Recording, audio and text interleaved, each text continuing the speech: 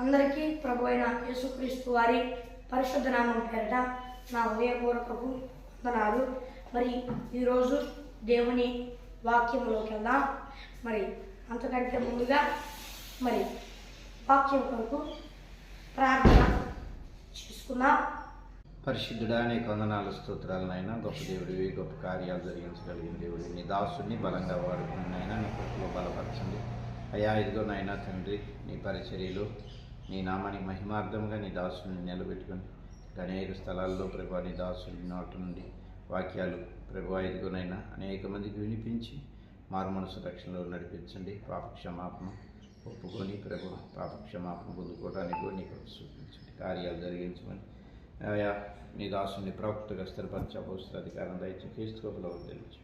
దీర్ఘాయుష విజయమైన నెమ్మదిగా జీవితాన్ని నీ దాసుడికి యేసురాజుకు దయచేయమని యేసుక్రీస్తు నామమున అడిగి వేడుకొని ప్రార్థిస్తున్నాం తండ్రి, ఆమేన్. మరి అందరికీ వందనాలు. మరి ఇక దేవుని వాక్యంలోకి వెళ్దాం. అపోస్తలుల కార్యములు 16వ అధ్యాయము 23, 24, 25, 26 వచనాలు చదువుకుందాం. 16వ అధ్యాయము అపోస్తలుల కార్యములు 16వ అధ్యాయము 23, 24, 25, 26 చదువుకుందాం. వారు చాలా దెబ్బలు కొట్టి వారిని చెరసాలలో వేసి భద్రముగా కనిపెట్టవాలని చెరసాల నాయకునికి ఆజ్ఞాపించింది. అతడు అటు ఆజ్ఞ పొంది వారిని లోపలి చెరసాలలోనికి త్రోసి వారి కాళ్ళకు బొండ వేసి బిగించాను. అయితే మధ్యరాత్రి వేళ పౌలును సిరియు దేవునికి ప్రార్థించు కీర్తనలు పాడుతూ ఉండేది. ఖైదీలు వినుచుండే. అప్పుడు అకస్మాత్తుగా మహాభూకంపం కలిగింది. వెంటనే తలుపులన్నీ తెరుచుకొని అందరి బంధకములు ఊడెను. చాలు. మరి ఇక్కడ చూసుకున్నట్లయితే మరి అపోస్తలుడైన పౌలు గారిని అలాగే మరి శీలా గారిని మరి చెరసాలలో వేశారు. చాలా దెబ్బలు కొట్టి వేశారు. అదొకటే కాదు, భద్రంగా కనిపెట్టాలి, నువ్వు వీళ్ళు తప్పించుకొని పోతారేమో అని చెరసాల నాయకుడికి కూడా ఆజ్ఞాపించారు. అయితే అప్పుడు అతడు అట్లా ఆజ్ఞ పొంది వాళ్ళ లోపలికి లోపలి చెరసాలలోనికి అంటే బాగా లోన అంటే ఎంతో లోనగా తప్పించుకోవడానికి చాలా టైం పట్టేటట్టుగా లోనకి తీసుకెళ్ళాడు. చెరసాలలోనికి తీసుకెళ్ళి లోనికి తోసి వారి కాళ్ళకి బొండ్ల వేసి బిగించారు. అది ఒక కాళ్ళకి వేసేది బొండ్ల అంటారు. మరి దాన్ని వేసి బిగించాడు, కాళ్ళు కదలకుండా, మరి ఎక్కడికి వెళ్ళిపోకుండా. అయితే ఏం జరిగింది అంటే మధ్యరాత్రి వేళ పౌలు ఇలా దేవునికి ప్రార్థిస్తూ కీర్తనలు పాడారు. ఖైదీలందరూ వింటా ఉన్నారు, ఏందా ఇది అని. అప్పుడంట అకస్మాత్తుగా మహాభూకంపము కలిగింది. దీని ద్వారా ఏం తెలుసుకోవాలి అని మనం దేవుని వాక్యంలో చూసుకున్నట్లయితే, మరి ఈ ఎగ్జాంపుల్గా చూసుకున్నట్లయితే మీరు ఎలాంటి పరిస్థితుల్లో ఉండి ఈ ఆదివారం ఆరాధన చూస్తున్నారో నాకైతే తెలియదు, కానీ చూస్తున్నారో లేకపోతే ఆదివారం ఆరాధన వచ్చారో నాకైతే తెలియదు. కానీ మరి వాళ్ళని అంతా చాలా దెబ్బలు కొట్టి వారిని చెరసాలలో భద్రంగా కనిపెట్టాలని చెరసాల నాయకుడికి ఆజ్ఞాపించారంట. అయితే ఈరోజు కూడా మీది కూడా అలాంటి పరిస్థితేనేమో. సాతానుగాడు మిమ్మల్ని ఎంతో ఇబ్బంది పెడుతూ ఎక్కడ తప్పించుకొని పోతారో అని చాలా జాగ్రత్తగా కనిపెడుతూ ఉన్నాడేమో. మీరు తప్పించుకోలేని పరిస్థితిగా ఉందేమో. అలాగే మిమ్మల్ని లోనకి బహు ఇబ్బందికరమైన పరిస్థితిలోనికి వాడు తోసేసి కాళ్ళకి చేతులకి కొట్లు కట్టేసినట్టు మిమ్మల్ని బంధించి ఆ పరిస్థితుల్లో నుండి బయటికి రాకుండా దేవునికి ప్రార్థన చేయకుండా ఇబ్బంది పెడుతున్నాడేమో మిమ్మల్ని. నాకైతే తెలియదు, కానీ మీరు దేవుడు ఏం సెలవిస్తున్నాడు మీ విషయమై అని చూసుకున్నట్లయితే మీరు ఎట్లాంటి పరిస్థితుల్లో ఉన్నా భయపడవాకండి. అది ఆర్థిక పరంగా కావచ్చు, కుటుంబ పరంగా కావచ్చు, లేకపోతే ఆరోగ్యపరంగా కావచ్చు, ఇంకా ఎలాంటి పరిస్థితుల్లో ఉండి ఈ ఆదివారం ఆరాధనకు వచ్చారో చూస్తున్నారో నాకైతే తెలియదు. కానీ మరి అలాంటి ఇబ్బందికరమైన పరిస్థితుల్లో ఉన్నప్పుడు మరి పౌలు గారు శీలా గారు ఏం చేశారు? ప్రార్థన చేశారు, అలాగే దేవుణ్ణి కీర్తించారన్నమాట. మరి కీర్తించినప్పుడు ఏం జరిగింది అనేది మనం దేవుని వాక్యంలో చూసుకున్నట్లయితే అప్పుడంట ఖైదీలు వింటా ఉంటే అంతలో ఏం జరిగిందో తెలుసా? వాళ్ళు అట్లా కీర్తన పాడుతున్నారు కాబట్టి ఏం జరిగిందంటే అకస్మాత్తుగా మహాభూకంపం కలిగింది. అప్పుడు ఎప్పుడంటే వాళ్ళు అలా కీర్తిస్తూ ప్రార్థిస్తున్నప్పుడు ఏం జరిగింది? అకస్మాత్తుగా భూకంపం వచ్చింది. భూకంపం వచ్చింది అని లేదు, అకస్మాత్తుగా. మరి అలాగే మిమ్మల్ని ఇబ్బంది పెడుతున్నారు, ఎవరి ద్వారా దేవుడు ఇబ్బంది పెడుతున్నాడో లేకపోతే దేని ద్వారా ఇబ్బంది పెడుతున్నాడో తెలియదు. కానీ అలాగే దేవుడు మీ జీవితంలో అకస్మాత్తుగా, అప్పుడు దాకా సూచనలు లేవు, భూకంపం వచ్చేటట్టుందరా అన్నట్టు సూచనలు లేవు. అకస్మాత్తుగా అప్పుడు దాకా బాగానే ఉందంతా, సడన్గా భూకంపం వచ్చిందనమాట. అలాగే మీ జీవితంలో కూడా మిమ్మల్ని ఇబ్బంది పెడుతున్న వారి విషయాల్లో అకస్మాత్తుగా భూకంపం వచ్చింది. ఆ భూకంపాన్ని బట్టి ఇంకా సమస్య మీకు లేకుండా పోయింది. ఇంకా అప్పుడు వెంటనే ఏం జరిగింది? మనం చదువుకున్నాం కదా ఇక్కడ, అప్పుడు 26 వచ్చింది. అప్పుడు అకస్మాత్తుగా మహాభూకంపం కలిగేను, చెరసాల పునాదులు అదిరేను, వెంటనే తలుపులన్నీ తెరుచుకొనేను, అందరి బంధకములు ఊడెను. అందరి ఆలయ ఒక్కటే కాదు, అందరి ఊడిని. అయితే భూకంపం కలగడం ఒకటే కాదు, చెరసాల పునాదులు అదిరి మిమ్మల్ని ఇబ్బంది పెడుతున్న ఆ సమస్య అదిరిపోయింది. ఆ సమస్య వణికేటట్లుగా దేవుడు చేయబోతున్నాడు. ఏ అపాయం మీకు సంభవింపదు. మీరున్న ఆ పరిస్థితుల్లో నుండి దేవుడే మీకు విడుదలను ఇస్తాడు. అలాగే సాతానుగాడు తలుపులన్నీ వేసేసి ఏ ద్వారం లేనట్లుగా ఉంచాడని పరిస్థితి అలానే ఉందా? భయపడవాకండి. వెంటనే తలుపులన్నీ తెరుచుకున్నాయంట. అది తెరుచుకోవడం ఒకటే కాదు, అందరి బంధకములు ఊడిపోయినాయి. అందరి బంధకాలు ఊడిపోయినాయి. మీతో పాటు ఇలాంటి సమస్య ఎవరైనా అనుభవిస్తున్నారా? వాళ్ళకు కూడా మిమ్మును బట్టి విడుదల కలిగింది. అయితే ఇక్కడ గమనించాల్సిన విషయం ఏంటంటే, మనం దేవుని వాక్యంలో మరి మిమ్మల్ని ఇబ్బంది పెడుతున్న ఆ సమస్య తొలగిపోయింది. అందరి బంధకాలు ఊడడం అంటే ఆ సమస్య తొలగిపోయి అందరి బంధకాలు ఊడిపోయింది. అయితే ఆ సమయాన అలా తప్పించుకోవడం తప్పు, అది వేరు సంఘటన. అయితే ఆ విషయంపై ఆటయాన అలా వాళ్ళు పారిపోలా పౌలు శీలా గారు.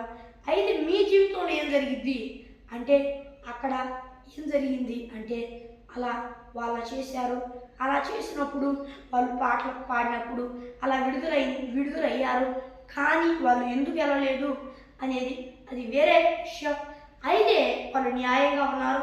అయితే ఇక్కడ అన్యాయంగా లేకపోతే మీరు చేసిన తప్పును బట్టి సాతానుగాడు మిమ్మల్ని ఆ పరిస్థితుల్లోకి తీసుకెళ్ళాడు. ఈ విషయంలో మీరు విడుదల పొందినప్పుడు తప్పించుకోవడం కాదు, విడుదల పొందినప్పుడు చక్కగా ఇంకా బయటికి వస్తారు. ఒకవేళ పౌలు గారు శీలా గారు వెళ్ళకూడదు అన్నారు కదా, ఇష్టాన్ని సమస్యలు పోయినాయి అని అట్టానే ఉండవాకండి. ఇంక మళ్ళీ అలానే ఉంటే మరలా ఆ బంధకాలు మిమ్మల్ని చుట్టుకునే ప్రమాదం ఉంది. కనుక మీరు వెంటనే దేవుణ్ణి స్తుతించి ఇక సంతోషంగా ఆ పరిస్థితుల్లో నుండి బయటకు వచ్చి సంతోషంగా ఉండండి. మిమ్మల్ని ఎవరైతే ఇబ్బంది పెడుతున్నారో వారి విషయంలో దేవుడు చెబుతున్నాడు, ఏ అపాయం మీ గుడారానికి సంభవింపదని. ఈరోజు దేవుడి వాక్యం ద్వారా దేవుడు సెలవిస్తున్నాడు. ఈరోజు వాక్యం అంశం దేవుడేమి ఇస్తున్నాడు, ఆయన మాట ఏమిస్తున్నాడు అని మన దేవుని వాక్యంలో ఆయన ఏమి సెలవిస్తున్నాడు అనేది చూసుకున్నట్లయితే, నీవు గనుక ప్రార్థిస్తే కీర్తిస్తే ఎలాంటి కార్యాన్నైనా నీ జీవితంలో చేస్తాను అని మరి దేవుడు సెలవిస్తున్నాడు. మరి దేవుడికి ప్రార్థించి మీరు కీర్తిస్తే, అంటే దేవుని నమ్మి స్తుతిస్తే తప్పకుండా మీ పరిస్థితులు ఎలాంటివైనా ఉన్నా దేవుడు తప్పకుండా కార్యం చేస్తానని సెలవిస్తున్నాడు. మీరు ఎవరు కూడా భయపడాల్సిన అవసరం లేదు, వనకాల్సిన అవసరం లేదు. ధైర్యంగా ఉండండి, దేవుణ్ణి నమ్ముకుంది. దేవుడు తప్పకుండా మీ జీవితాల్లో కార్యం చేసేవాడై ఉన్నాడు. భయపడవాకండి, జడివాకండి, మీ చుట్టూ ఉన్న పరిస్థితులు చూడవాకండి. విశ్వాసంతో దేవునికి ప్రార్థన చేయండి. ప్రార్థించినప్పుడు మిమ్మల్ని ఇబ్బంది పెడుతున్న సమస్య విడుదలైపోతారు. ఆ సమస్య నుండి మీరు సంతోషంగా ఉంటారు. కనుక ప్రార్థించండి, నమ్మండి, ప్రార్థించి కీర్తించండి. తప్పకుండా దేవుడు మీ జీవితంలో కార్యాన్ని చేయగలిగిన వాడై ఉన్నాడు. వనకవాకండి. మీ చుట్టూ ఉన్న సమస్యకి వాళ్ళు అయ్యో సమస్య వచ్చిందిగా అని అనుకోదాం. అయ్యా చూపి అని ప్రార్థిస్తూ దేవుని కీర్తిస్తున్నారు. దేవా స్తోత్రం స్తోత్రం అని దేవుని కీర్తిస్తూ ఉన్నారు. అప్పుడు ఆ సమస్య తొలగిపోయింది. దేవుడు భూకంపాన్ని పుట్టించాడు. అలాగే మిమ్మల్ని ఇబ్బంది పెడుతున్న సమస్య విషయంలో ఎలాంటి కార్యాలైనా ఆయన చేస్తాడు. ఇది సాధ్యమైద్దా దేవుడికి అని మాత్రం అనుకోవాకండి. ఆయన ఏం సెలవిస్తున్నాడు? ఈరోజు వాక్యం ద్వారా ఆయన అంశం ఏం సెలవిస్తున్నాడు? అంశం ద్వారా ఒక మాట సెలవిస్తున్నాడు. ఏమని చెబుతున్నాడు అంటే, మీతో ఒక మాట సెలవిస్తున్నాడు. ఏమనంటే, నీవు కనుక ప్రార్థిస్తే, కీర్తిస్తే ఎలాంటి కార్యాన్నైనా నీ జీవితంలో చేస్తాను అని. కాబట్టి భయపడవాకండి, జడివాకండి, నమ్మడం వరకు మీ పని కార్యం తప్పకుండా దేవుడు చేస్తాడు. వనకవాకండి. మీ ముందున్న సమస్యకి ధైర్యం వహించండి. అది ఎలాంటి పరిస్థితి అయినా అవ్వచ్చు, అది ఎలాంటి గాఢంధకారపు కమ్మిన చీకటైనా అవ్వచ్చు. దేవుడు సెలవిస్తున్నాడు, దాని నుండి విడుదల చేస్తా. ఎలాంటి కార్యాన్నైనా నీ జీవితంలో చేస్తా. నేను మహోన్నతుడిని, సర్వశక్తివంతుడిని, నాకు అసహజమైనది ఏదీ లేదు. నేను సర్వశక్తి కలిగిన దేవుడను. భయపడవాక, జడివాక, నీ ముందున్న సమస్యకి నువ్వు దడుస్తున్నావు, దడవాక ధైర్యంగా ప్రార్థించు, కీర్తించు. దేవా నమ్ముతున్నాను, కార్యం చేయి అని నాకు ప్రార్థించు, నమ్ము, స్తుతించు. అవిశ్వాసపు సాతానుడి ఆలోచనలు నీలోకి రానివాక నేను నిశ్చయముగా కార్యం చేస్తా.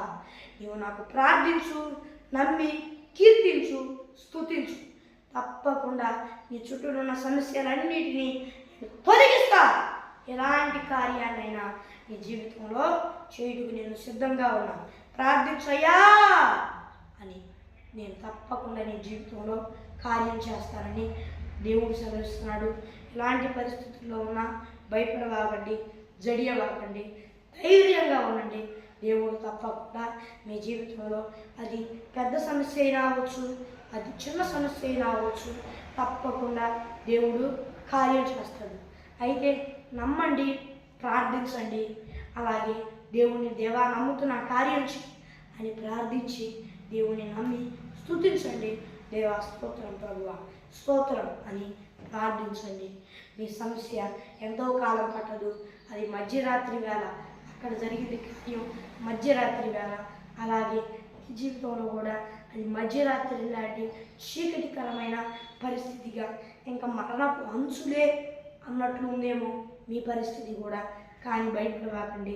అది మరణపు అంచులైనా, అది ఏ టైం అయినా, ఎలాంటి సమయమైనా దేవుడు మారిన వాడై ఉన్నాడు. ఆయన తప్పకుండా కార్యం చేస్తానని మీకు సెలవిస్తున్నాడు. మీరు వనకవాకండి, భయపడవాకండి, దేవుణ్ణి ప్రార్థించండి. తప్పకుండా ఆయన మీ జీవితంలో కార్యం చేస్తాడు. ఆయన మహోన్నతుడు, సర్వశక్తి కలిగిన దేవుడు అయి ఉన్నాడు. కాబట్టి మీరు భయపడక, జడియక ఆయన ప్రార్థించండి. ఆయన్ని మీ జీవితంలో కార్యం చేసేవాడై ఉన్నాడు. మీరు వనకవాకండి. మీ చుట్టూ ఉన్న పరిస్థితికి దాన్ని వనకాల్సిన పరిస్థితి కాదని, దేవా కార్యం చేయని ప్రార్థించాల్సిన సమయం. మీరు ప్రార్థిస్తే తప్పకుండా దేవుడు కార్యం చేయకు సిద్ధమై ఉన్నాడు. తప్పకుండా దేవుడు కార్యం చేస్తాడు. మీరు నమ్మండి. మరి దేవుడే మీ జీవితాల్లో కార్యం చేస్తాడు. దేవుడు సెలవిస్తున్నాడు అంటే, నేను విడిపించడానికి, నేను రక్షించడానికి నేను నీకు తోడై ఉన్నాను.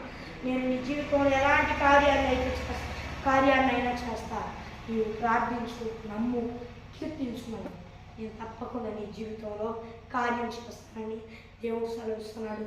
ఎలాంటి ఇబ్బందికరమైన పరిస్థితుల్లో అయ్యో నా పరిస్థితి అయిపోయింది అన్న పరిస్థితుల్లో మీరున్నారేమో నాకైతే తెలియదు, కానీ దేవుణ్ణి నమ్మండి.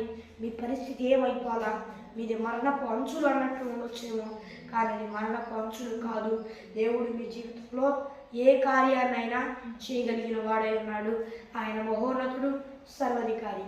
ఆయన నేను వారు ఏం సెలవుస్తున్నాడంటే, నీవు నమ్ము నా కుమారుడా, ప్రార్థించు నా కుమారుడా, అలాగే మీ అయ్యా కార్యం చేయి నేను నమ్ముతున్నానని ప్రార్థించి నువ్వు విశ్వాసంతో నన్ను కీర్తించు, అప్పుడు కార్యం చేస్తాను అని దేవుడు సెలవిస్తున్నాడు.